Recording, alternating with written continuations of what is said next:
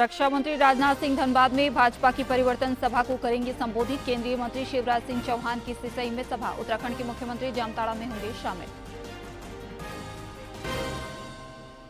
मुख्यमंत्री हेमंत सोरेन ने रंगमंच के कलाकारों के सर्वांगीण विकास की प्रतिबद्धता जताई। कहा, सरकार बनाएगी बेहतर पॉलिसी, बेहतर प्लेटफॉर्म उपलब्ध कराने पर भी दिया जोर।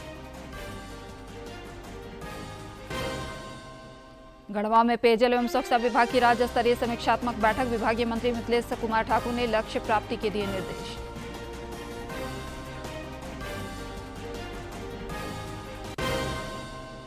और राज्य के अधिकांश इलाके में झमाझम बारिश से सराबोर, आज भी राहत की उम्मीद कम। राज्य के उत्तर पूर्वी और उत्तर पश्चिमी हिस्सों में तेज बारिश को लेकर अलर्ट जारी।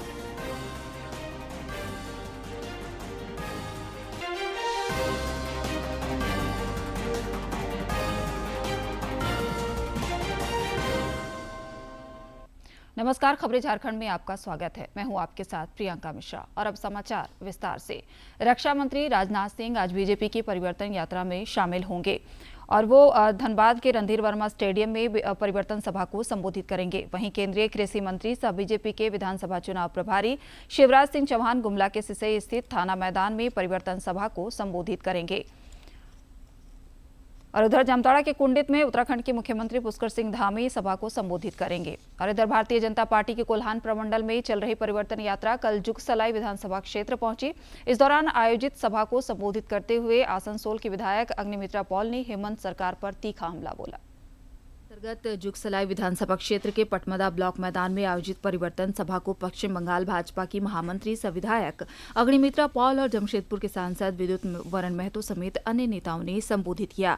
बाद में मीडिया से बात करते हुए अग्निमित्रा पॉल ने बताया कि मुख्यमंत्री हेमंत सोरेन ने पिछले विधानसभा चुनाव के समय जो वादे किए थे उनमें से एक वादा भी पूरा नहीं किया। आज वृद्धा भाता, हैंडीकैप भाता, विधवा भाता, पेंशन दिया जाएगा, वो भी बहुत जगह नहीं मिल रहे। 5 साल हो गया उनको मैया योजना का याद नहीं था कि इलेक्शन का 2 महीने पहले 1000 रुपया करके मैया योजना शुरू किए। उन्होंने आरोप लगाते हुए कहा कि पश्चिम बंगाल में ममता बनर्जी के शासन में लोग 100-200 रुपए में आधार और वोटर कार्ड बनवाकर धर्मशाला की तरह रह रहे हैं। यही नीति अब झारखंड के हेमंत सोरेन सरकार भी अपना रही है, जहां भी रोहिंग्या घुसपैठियों को वोट बैंक के लिए इस्तेमाल किया जा रहा है। झारखंड में भी सावताल परगना, पाकुड़ में पूरा डेमोग्राफी चेंज हो गया है। वहाँ हम सुने हैं कि अनुप्रवेशकारी वो लोग हमारे आदिवासी बहन लोग से शादी कर रहे, त्रिस्तरीय पंचायत में उनको लड़ा रहे और सारे संपत्ति हड़प ले रहे। वहीं सांसद विद्युत वरण महतो ने कहा कि झारखंड में पिछले 5 वर्षों में लूट, झूठ और भ्रष्टाचार का ऐसा बोलबाला हो गया कि आम जनता अब असहाय महसूस कर रही है। उन्होंने कहा कि कुव्यवस्थाओं से जनता को मुक्ति दिलाकर एक समृद्ध और खुशहाल झारखंड का निर्माण करना पार्टी का लक्ष्य है। यह भारतीय जनता पार्टी को शासन को लाना है और विकास की गति को और तेज गति से यहाँ करने की आवश्यकता है। परिवर्तन सभा में पूर्व सांसद आभा महतो और पूर्व प्रदेश अध्यक्ष डॉक्टर दिनेशानंद गोस्वामी समेत हजारों की संख्या में भाजपा समर्थकों और कार्यकर्ताओं ने उत्साहपूर्वक भाग लिया। जमशेदपुर से राजेश कुमार लालदास की रिपोर्ट। पलामू में मैया सम्मान यात्रा का समापन हो गया। आज से कोल्हान से यात्रा शुरू होगी। पूर्वी सिंहभूम जिले के बहरागोड़ा से यात्रा आरंभ होगी, जिसमें मंत्री बेबी देवी, दीपिका पांडे सिंह, विधायक कल्पना सोरेन और सिंहभूम की सांसद जुवा मांझी शामिल होंगी। यह यात्रा कल सरायकेला खरसावां जिले में होगी। वहीं 28 और 9 सितंबर को पश्चिमी सिंहभूम के विभिन्न प्रखंडों में यात्रा आयोजित की जाएगी, जबकि 29 सितंबर को कोल्हान प्रमंडल की यात्रा संपन्न होगी। मुख्यमंत्री हेमंत सोरेन ने कल हमशक्ल रंगकर्मी मुन्ना लोहार से मुलाकात की। इस दौरान श्री लोहार ने झारखंड के रंगमंच से जुड़े कलाकारों की समस्याओं से मुख्यमंत्री को अवगत कराया। मुख्यमंत्री ने कहा कि झारखंड के रंगमंच से जुड़े कलाकारों को भी आगे चलकर सम्मान पूर्वक जीवन जी सके, इसके लिए राज्य सरकार बेहतर पॉलिसी लाएगी। गढ़वा जिले में पेयजल एवं स्वच्छता विभाग के राज्य स्तरीय समीक्षा बैठक की गई, जिसको मंत्री मिथिलेश ठाकुर की अध्यक्षता में ये बैठक आयोजित की गई। ठाकुर ने संबंधित अधिकारियों को लक्ष्य प्राप्ति के निर्देश दिए। उन्होंने अभियंता और संवेदक को पारदर्शी तरीके से समन्वय बनाकर काम करने की नसीहत दी, ताकि योजनाओं को ससमय पूरा किया जा सके। पेयजल एवं स्वच्छता मंत्री मिथिलेश ठाकुर की अध्यक्षता में गढ़वा जिला समाहरणालय के सभा कक्ष में विभागीय समीक्षात्मक बैठक हुई। इस दौरान बहुग्रामीण जलापूर्ति योजना और एकल ग्रामीण जलापूर्ति योजना के त्वरित क्रियान्वयन पर जोर दिया गया, ताकि जल जीवन मिशन के अंतर्गत इस वर्ष के अंत तक 62.5 लाख घरों को नल के माध्यम से शुद्ध पेयजल उपलब्ध कराया जा सके। श्री ठाकुर ने बैठक में कहा कि अभियंता और संवेदक पारदर्शी तरीके से काम करें और साथ ही समन्वय बनाकर ससमय योजनाओं को पूर्ण कराएं।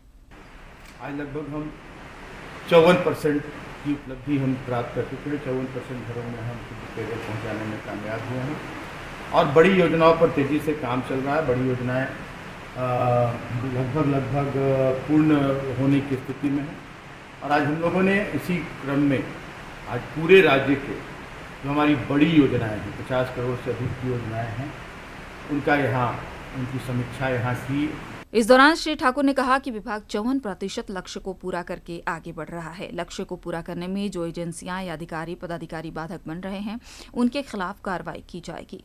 फटकार भी लगाई गई है, समय पर काम पूरा नहीं करने पर कार्रवाई की जाएगी, विभागीय कार्रवाई की जाएगी। वहीं पेयजल एवं स्वच्छता विभाग के प्रधान सचिव मस्त राम मीणा ने कहा कि 100% लक्ष्य को पूरा करने के लिए कार्य किया जा रहा है। हालांकि उन्होंने नल जल योजना को पूरा करने को लेकर कोई स्पष्ट समय सीमा नहीं बताई। घर में नल हमारा पहुंचाना हमारा ध्येय है और इसमें सर प्रयासरत है, विभाग प्रयासरत है और उसको जितना जल्द हो सकता है अचीव करना। इस राज्य स्तरीय समीक्षा बैठक में पेयजल एवं स्वच्छता विभाग के अपर सचिव, विशेष सचिव, अभियंता प्रमुख, मुख्य अभियंता, अधीक्षण अभियंता और कार्यपालक अभियंता सहित संबंधित योजनाओं के संवेदक उपस्थित थे। गढ़वा से विजेंद्र तिवारी की रिपोर्ट। जमशेदपुर पूर्वी के विधायक सरयू राय ने न्यू बाराद्वार स्थित पीएम श्री पीपल्स एकेडमी +2 विद्यालय में 11 कमरों के विद्यालय भवन के निर्माण कार्य का शिलान्यास किया। इस दौरान श्री राय ने कहा कि इसका निर्माण कार्य 1 करोड़ 7 लाख रुपए की लागत से शिक्षा विभाग की मदद से किया जाना है। उन्होंने कहा कि उनके लिए बेहद खुशी की बात है कि उनके कार्यकाल में स्कूल उत्क्रमित होकर 12वीं स्तर तक का हो गया है। बहुत ही बेहतर हो जाएगा और ये उत्क्रमित हो गया है, यहाँ +2 की भी पढ़ाई होगी, तो उसके लायक ये स्कूल का सारा ढांचा जो है वो हो जाएगा और हम लोगों को प्रसन्नता है कि इतना काम हम लोगों के रहते रहते हो गया है।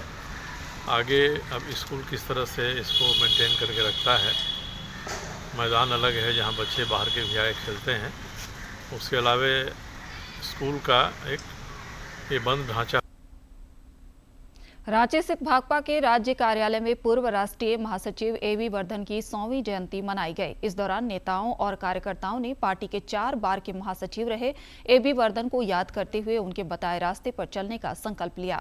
इस मौके पर पूर्व सांसद भुवनेश्वर प्रसाद मेहता ने कहा कि एबी वर्धन किसान, मजदूर, छात्र, नौजवान के हक और अधिकार के लिए अपने जीवन को समर्पित कर दिए। 100वां साल है उनका जन्मदिन का, हम लोगों ने उन्हें अभिनंदित किया और जो उनका संकल्प था कम्युनिस्ट पार्टी को मजबूत करने का, संगठन को मजबूत करने का, आज उनके जन्मदिन पर हम तमाम भारतीय कम्युनिस्ट पार्टी के लोग संकल्प लेते हैं कि पार्टी को मजबूत करेंगे, जन आंदोलन को।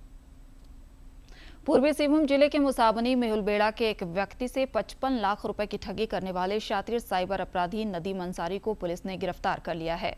पुलिस ने इस अपराधी के बैंक अकाउंट में बीते 10 दिनों में मंगवाए गए लगभग 4 करोड़ 21 लाख रुपए को फ्रीज करवा दिया है। पुलिस ने उसके पास से मोबाइल और सिम भी बरामद किया है। पूर्वी सिंहभूम के ग्रामीण नगर पुलिस अधीक्षक ऋषिव गर्ग ने बताया कि शेयर मार्केट में निवेश करने के नाम पर यह ठगी की गई थी। इस शातिर ठग ने कई अन्य लोगों को भी अपना शिकार बनाया है। उन्होंने बताया कि इस ठगी का मास्टरमाइंड अभी भी फरार है।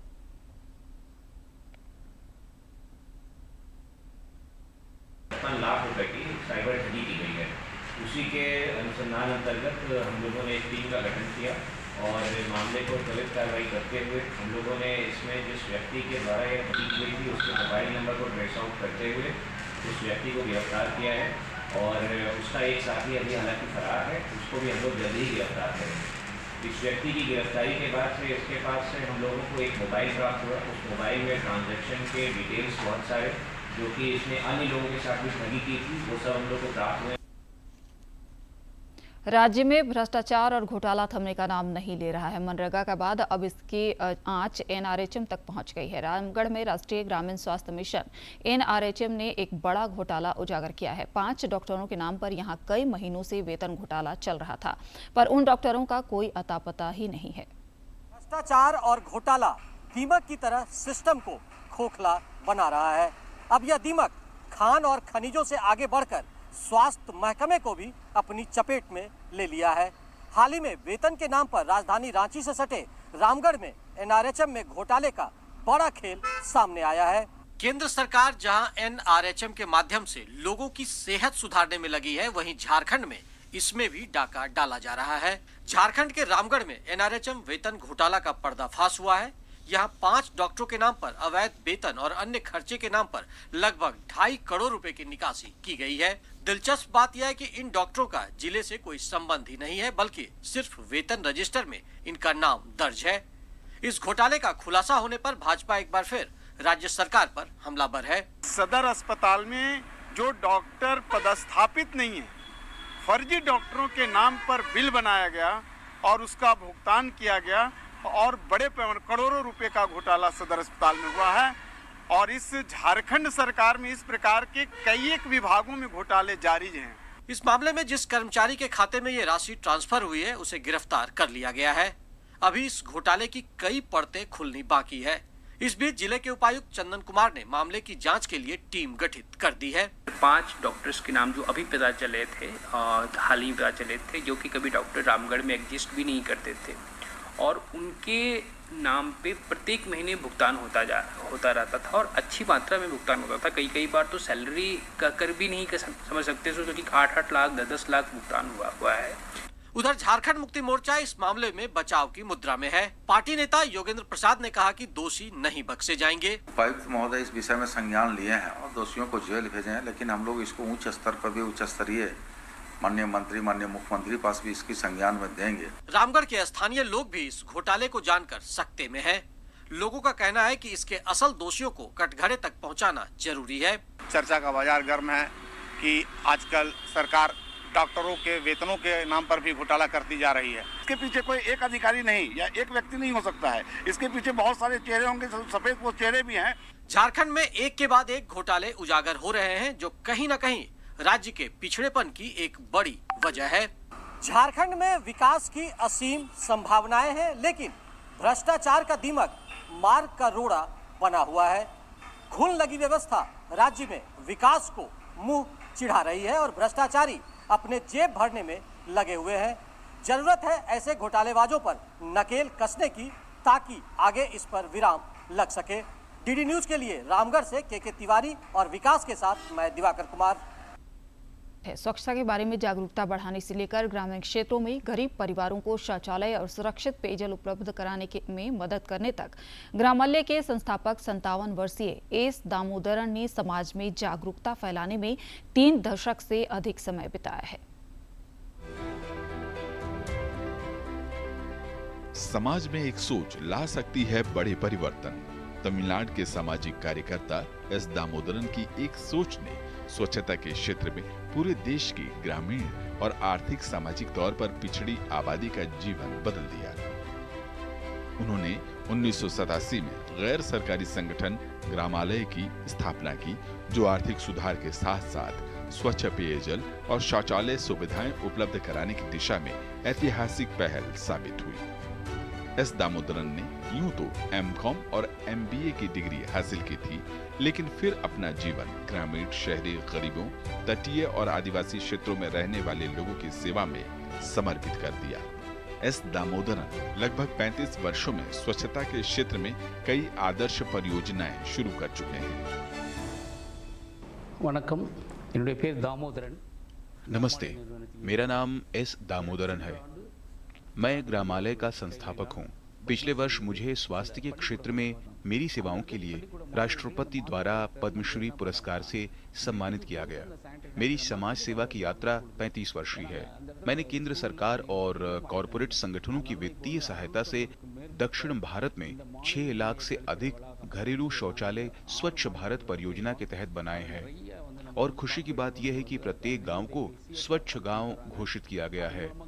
हमने ग्रामालय 1987 में त्रिची में शुरू किया। हमने गांवों को देखा तो उनके पास उचित शौचालय की सुविधा नहीं थी, उनके पास सुरक्षित पीने के पानी की सुविधा नहीं थी, लोगों में स्वास्थ्य शिक्षा के बारे में ज्यादा जागरूकता नहीं थी। ग्रामालय की शुरुआत 30 साल पहले एक मिशन के साथ हुई थी, जिसका उद्देश्य लोगों को सुरक्षित पेयजल और स्वच्छता सुविधाएं प्रदान करना था। எனது நன்றியையும் பாராட்டுகளையும் தெரிவித்துக் கொள்கிறேன். खुले में शौच से मुक्ति की अवधारणा एस दामोदरन की ही देन है, जिसे सरकार ने भी अपनी योजनाओं में प्रमुखता से सम्मिलित किया। ग्रामालय के प्रयासों से ही 2003 में ही तिरुचिरापल्ली के थंडावमपट्टी गांव को भारत का पहला खुले में शौच मुक्त गांव घोषित किया गया। हालांकि लोगों को घर में शौचालय बनवाने के लिए मनाना आसान नहीं था।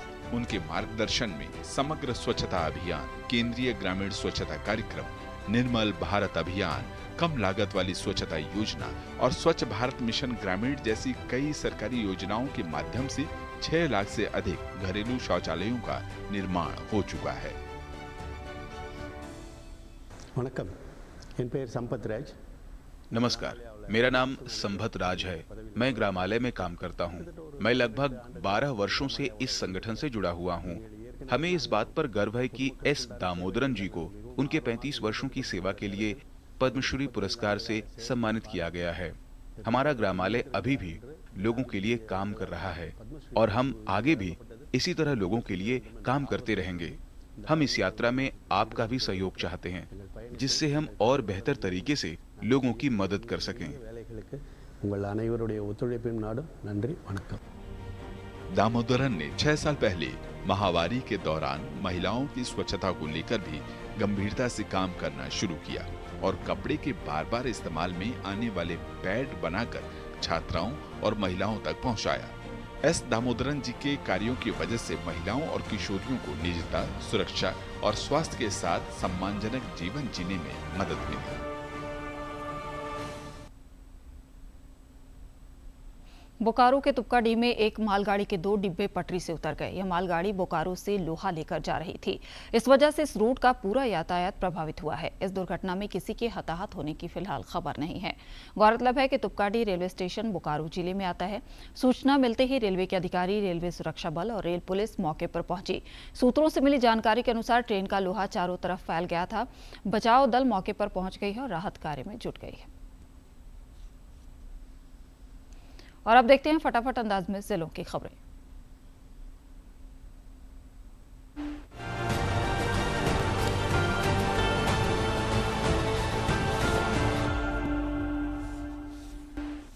मंत्री हफीजुल हसन ने रांची रिंग रोड स्थित सॉलिड वेस्ट मैनेजमेंट झीरी प्लांट का निरीक्षण किया।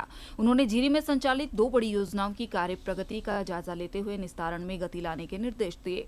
चयनित कंपनी के प्रतिनिधियों ने श्री हसन को बताया कि यहां से लगभग 35,000 मीट्रिक टन कूड़े का निष्पादन किया जा चुका है। राज्यसभा सांसद सरफराज अहमद झारखंड वक्फ बोर्ड के अध्यक्ष चुने गए हैं। यह चुनाव रांची स्थित झारखंड राज्य हज हाउस में संपन्न हुआ। कई लोगों ने उन्हें वक्फ बोर्ड का अध्यक्ष चुने जाने पर बधाई और शुभकामनाएं दी। गुमला में नागरिकों और जनप्रतिनिधियों द्वारा प्राप्त सुझावों के आधार पर जिरेडा ऊर्जा विभाग झारखंड सरकार द्वारा प्रथम चरण में जिले के सुदूरवर्ती गांवों तथा आवश्यक स्थलों पर लगभग 3016 स्ट्रीट लाइट लगाए जाएंगे। जिले के उपायुक्त ने इस बात की जानकारी साझा करते हुए बताया कि शेष स्थानों पर आगे चरणों में स्ट्रीट लाइट लगाए जाएंगे। गुमला जिला नियोजनालय द्वारा 28 सितंबर को गुमला नगर भवन में रोजगार मेले का आयोजन किया जाएगा। उपायुक्त ने बताया कि रोजगार मेले में विभिन्न कंपनियों द्वारा कुल 602 रिक्त पदों पर नियुक्तियों के लिए साक्षात्कार का आयोजन होगा। मंत्री मिथिलेश ठाकुर के गढ़वा आवासीय कार्यालय में पिपरा पंचायत के कई लोगों ने झामुमो की सदस्यता ग्रहण की। श्री ठाकुर ने सबों का अभिनंदन और स्वागत किया। हजारीबाग उपायुक्त ने सदर अस्पताल का औचक निरीक्षण किया। इस मौके पर उन्होंने विभिन्न वार्डों का भ्रमण कर स्वास्थ्य सुविधाओं का जायजा लिया। साथ ही चिकित्सा सेवा तथा सुरक्षा व्यवस्था को लेकर जरूरी निर्देश दिए। इस दौरान डीडीसी, सिविल सर्जन, अस्पताल प्रबंधक, चिकित्सक और अन्य कर्मी मौजूद रहे। साहिबगंज अंतर्गत उधवा प्रखंड के श्रीधर गांव में बाढ़ पीड़ितों के बीच राहत सामग्री का वितरण किया गया। उपायुक्त ने इस बात की जानकारी साझा करते हुए कहा कि प्रभावित परिवारों तक सहायता पहुंचाना प्रशासन की प्राथमिकता है। पूर्व मंत्री सह विधायक बादल ने जरमुंडी में सामुदायिक स्वास्थ्य केंद्र के विशेष मरम्मती कार्य और 4 दीवारी निर्माण कार्य का शिलान्यास किया।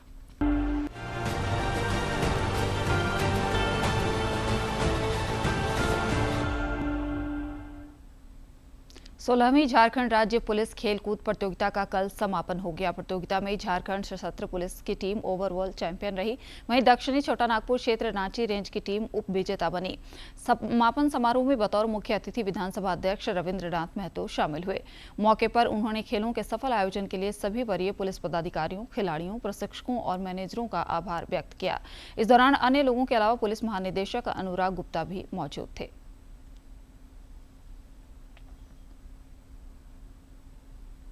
जितनी जैप की टीम थी ओवरऑल चैंपियनशिप मिली मुझे, और मैं बहुत खुश हूँ अपने स्टूडेंट से कि इन्होंने हर गेम में, जैसे बास्केटबॉल हो, वॉलीबॉल हो, बॉक्सिंग है, सारे चीज़ में चैंपियन लिए हैं लोग, तो इसलिए ओवरऑल चैंपियन हम लोग। खेल जगत की महत्वपूर्ण खबरों को देखते हैं फटाफट अंदाज में। संघ ने ओलंपियाड में स्वर्ण पदक जीतने वाली भारत की पुरुष और महिला टीम के हर सदस्य के लिए 25 लाख रुपए, कोच के लिए 15 लाख, दल के प्रमुख के लिए 10 लाख रुपए और सहायक कोच के लिए 7.5 लाख रुपए के इनाम की घोषणा की है। भारत और बांग्लादेश के बीच 2 मैच की टेस्ट सीरीज का दूसरा मुकाबला कल से कानपुर के ग्रीन पार्क स्टेडियम में खेला जाएगा। सीरीज में भारतीय टीम 1-0 से आगे। ऐसे में टीम इंडिया कानपुर टेस्ट की जीत सीरीज क्लीन स्वीप करने के इरादे के साथ मैदान पर उतरेगी।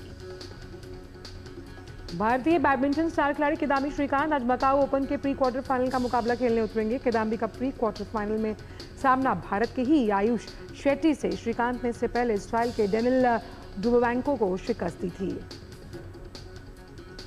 रियल मैड्रिड क्लब में हाल ही में शामिल हुए किलियन एम्बापे मांसपेशियों की चोट से की समस्या से घिर गए। ऐसे में उनका इस हफ्ते के अंत में होने वाले एटलेटिको मैड्रिड के खिलाफ मुकाबले में भाग लेने पर संशय जताया जा रहा है।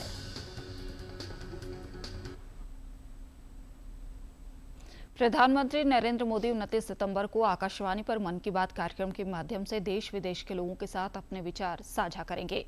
आम लोग इस कार्यक्रम को लेकर विचार और सुझाव टोल फ्री नंबर 1800117800 पर दे सकते हैं। नरेंद्र मोदी ऐप या माई गॉव ओपन फोरम पर भी विचार साझा किए जा सकते हैं। बात है जन जन की, संघर्षों के कुछ किस्से, कहानी कुछ सफलताओं की, अनकही विरासत की, उम्मीदें नए भारत की। महीने के आखिरी रविवार का रहता है इंतजार। ब्रह्मपुत्र के घाट से हिमालय के विस्तार तक होती है मन की बात प्रधानमंत्री के साथ। तो सुनिए इस महीने 29 सितंबर सुबह 11 बजे मन की बात आकाशवाणी और दूरदर्शन के सभी चैनलों पर। इसके अतिरिक्त आकाशवाणी और दूरदर्शन के YouTube चैनल और प्रसार भारती के ऐप न्यूज ऑन एयर पर सजीव प्रसारण लाइव स्ट्रीमिंग के माध्यम से। तो याद रखें, रविवार 29 सितंबर सुबह 11 बजे मन की बात। राज्य में एक बार फिर से झमाझम बारिश का सिलसिला लगातार जारी है। झमाझम बारिश से राज्य के अधिकांश इलाके सराबोर हैं। बारिश से आज भी राहत की उम्मीद कम है। रांची स्थित मौसम विज्ञान केंद्र ने आज राज्य के उत्तर पूर्वी और उत्तर पश्चिमी हिस्सों में तेज बारिश को लेकर अलर्ट जारी किया है। अधिकतम तापमान में अगले 2-3 दिनों के दौरान 3 से 4 डिग्री सेल्सियस तक की गिरावट हो सकती है। राजमहल विधायक अनंत ओझा ने कल साहेबगंज और राजमहल प्रखंड के बाढ़ प्रभावित क्षेत्रों का दौरा किया। इस दौरान उन्होंने गोपालपुरा दियारा, पिलर टोला, धीसू टोला, मकई टोला, बालू टोला और गदाई दियारा सहित कई दियारा में बाढ़ प्रभावित लोगों से मुलाकात की और राहत सामग्री का वितरण किया। मौके पर श्री ओझा ने राज्य सरकार पर आरोप लगाया कि राज्य में एकमात्र जिला साहेबगंज है जिसमें सिर्फ 3 प्रखंड है जो हर वर्ष बाढ़ से प्रभावित होता है। फिर भी राज्य सरकार बाढ़ पीड़ितों के लिए कोई व्यवस्था नहीं की है।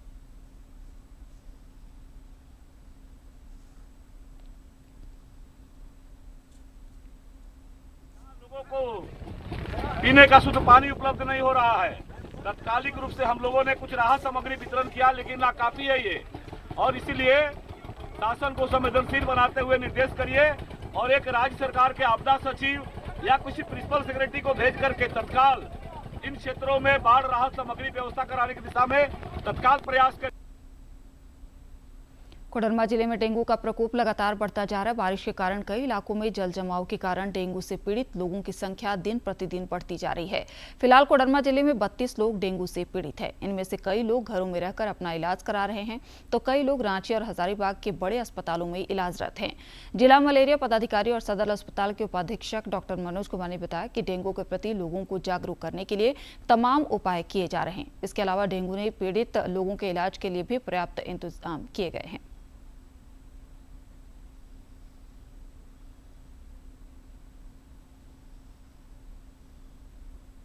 इसका लार्वा तो साफ पानी में ही पनपता है, इसलिए कभी भी पानी जल जमाव अगल बगल कभी भी होने नहीं दें, और अगर कोई बर्तन में जमा है तो उसे डिस्ट्रॉय करें, उसे पानी जमने नहीं दें। डेंगू का अभी हमारे यहाँ जो डाटा में, सरकारी डाटा में जो है, ये हमारा भी सस्पेक्टेड 32 है, और कन्फर्मेटरी के लिए हम लोग हजारीबाग इलाजा टेस्ट के लिए भेजते हैं, जो अभी तक 19 को भेज चुके हैं, जिसमें से हमारा अभी 7 पॉजिटिव आया है, और अभी हम लोग 13 केस और भेज रहे हैं। और अब बात कारोबार जगत की। वित्त वर्ष 2024-25 के लिए एशिया विकास बैंक ने भारत की आर्थिक वृद्धि दर के अनुमान को 7% पर बरकरार रखा है। एजेंसी की ओर से कहा गया कि भारत की वृद्धि संभावनाएं मजबूत। भारतीय दूरसंचार नियामक प्राधिकरण ने OTT ऐप के नियमन का मुद्दा उठाने से पहले सैटेलाइट स्पेक्ट्रम मूल्य निर्धारण की प्रक्रिया में तेजी लाने की बात कही है। नोवी इंस्टीट्यूट की ओर से जारी वार्षिक एशिया पावर इंडेक्स में भारत ने जापान को पछाड़कर तीसरा स्थान हासिल किया। कोविड-19 के बाद मजबूत आर्थिक वृद्धि की वजह से भारत ने जापान को पीछे छोड़ा है।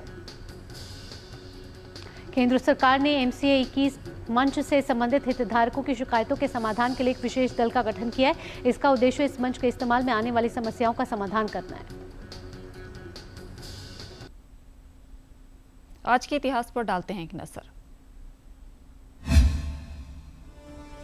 26 सितंबर साल 1820 को ईश्वर चंद्र विद्यासागर का जन्म बंगाल के मेदिनीपुर जिले के बिरसिंघा में हुआ। विद्यासागर प्रसिद्ध दार्शनिक, शिक्षाविद, लेखक और महान समाज सुधारक थे। उनके बचपन का नाम ईश्वर चंद्र बंदोपाध्याय था।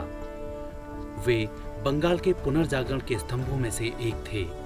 संस्कृत भाषा और दर्शन में विशेष दक्षता के लिए उन्हें विद्यासागर की उपाधि प्रदान की गई। वे नारी शिक्षा के समर्थक थे। इस वजह से उनके प्रयासों से कई बालिका विद्यालयों की स्थापना हुई। विद्यासागर के प्रयासों से ही साल 1856 में विधवा पुनर्विवाह कानून पारित हुआ था। 26 सितंबर साल 1931 को विजय लक्ष्मण मांजरेकर का जन्म बम्बई यानी आज के मुंबई में हुआ। वो एक बेहतरीन भारतीय क्रिकेटर थे। बल्लेबाजी में अंत में मुख्य समाचार एक बार फिर।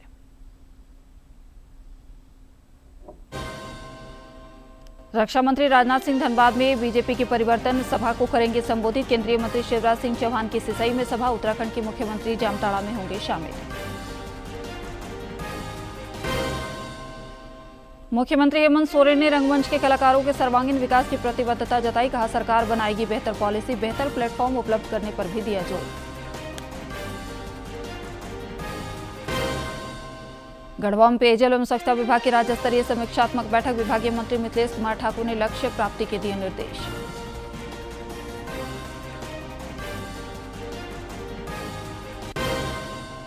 और राज्य के अधिकांश इलाके झमाझम बारिश से सराबोर। आज भी राहत की उम्मीद कम। राज्य के उत्तर पूर्वी और उत्तर पश्चिमी हिस्सों में तेज बारिश को लेकर अलर्ट।